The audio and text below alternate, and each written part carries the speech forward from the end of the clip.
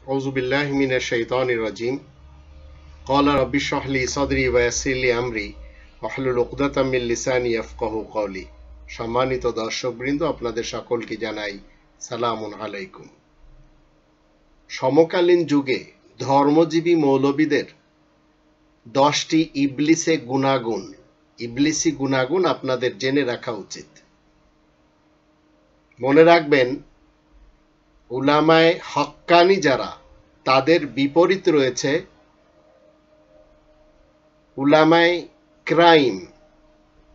উলামায়ে রব্বানি যারা, তাদের বিপরীত রয়েছে উলামায়ে ইবলিস। এই উলামায়ে ইবলিস, এই ধর্মজীবী মৌলবী, এদের ইবলিসি গুণাগুণের ভিতরে 1 নম্বর হচ্ছে এরা বলৎকার করতে পছন্দ করে। 2 নম্বর হচ্ছে এরা ধর্মের ভয় দেখিয়ে ছোট ছোট মেয়েদের সাথে ধর্ষণ করতে পছন্দ করে। 3 নম্বর হচ্ছে এরা কোরআনের বিপরীত। এই কোরআনের বিপরীত মানুষের লেখা গ্রন্থ নিজেরা পড়তে এবং অন্যদেরকে পড়াতে পছন্দ করে। আর 4 নম্বরে এরা অত্যন্ত কৌশলের মাধ্যমে কোরআনের কথা বলে মানুষের কাছ থেকে অর্থ সম্পদ হাতিয়ে নিতে পছন্দ করে।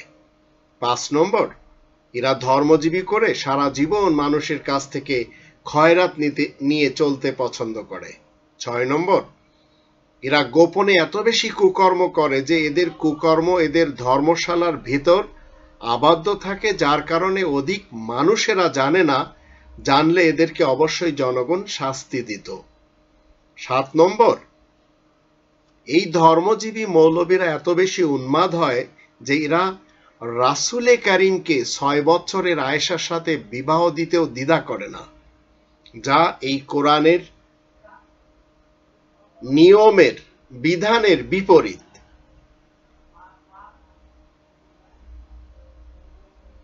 এটি একেবারে কোরআন বিরোধী মতবাদ। আর 8 নম্বর, এই ধর্মজীবী বক্তা হুজুর এরা মাহফিল করার নামে সার্কাস দেখায়, একে অপরের গীবত করে, একে অপরকে নিয়ে সমালোচনা করে। আর জনগণ এদের গলার সুর শুনে মনে করে এরা সত্যি আল্লাহ তাআলার পক্ষ থেকে সত্য কথা বলে যাচ্ছে। হয়তো এরা আল্লাহওয়ালা, অথবা এরা নায়েবে রসুল। মূলত এরা হয় শয়তানের হাড্ডি। 9 নম্বর, এই ধর্মজীবী ইবলিস হুজুরেরা ছোট ছোট ছেলে মেয়েদের সাথে কুকর্ম করার কারণে ধরা খেয়ে নির্যাতনের মামলায় জড়িত হয়, পরে এদেরকে জেলে যেতে হয়। এই ধরনের ঘটনা পাকিস্তান বলেন, ভারত বলেন, বাংলাদেশে অহরহ আমরা দেখতে পাচ্ছি মিডিয়ার মাধ্যম দিয়ে। আর 10 নম্বর, জনগণ এই ধর্মজীবী মৌলবীদের কারণে এই কোরআন পড়তে পারে না, কোরআনের অর্থ জানে না, কোরআনের তাবলীগ করতে জানে না।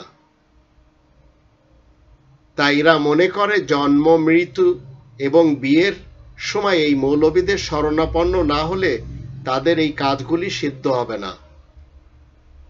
মূলত ভাড়ায় চালিত এই ধর্মজীবী হুজুরদের কারণেই দেশের মানুষেরা আজ নিজ মা বাবার জানাজা পড়াতে শেখেনি, নিজ মসজিদে ইমামতি করতে জানে না, বিয়ের সময় খুতবা পড়তে জানে না, জন্মের সময় সন্তানদের কানে আজান দিতে জানে না। এজন্য দোষ এই ইবলিসি ধর্মজীবী হুজুর সমাজ।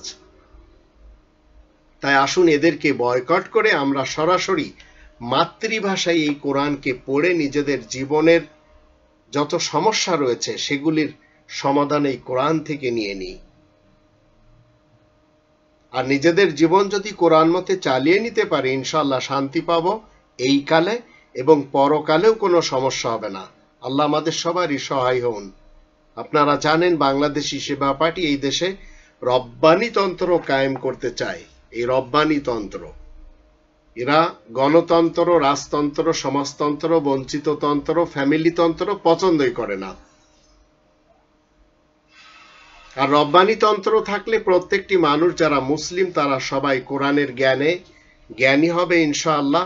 তাই আসুন বাংলাদেশি সেবা পার্টির এই কাফেলায়। আল্লাহ আমাদের সবারই সহায় হন।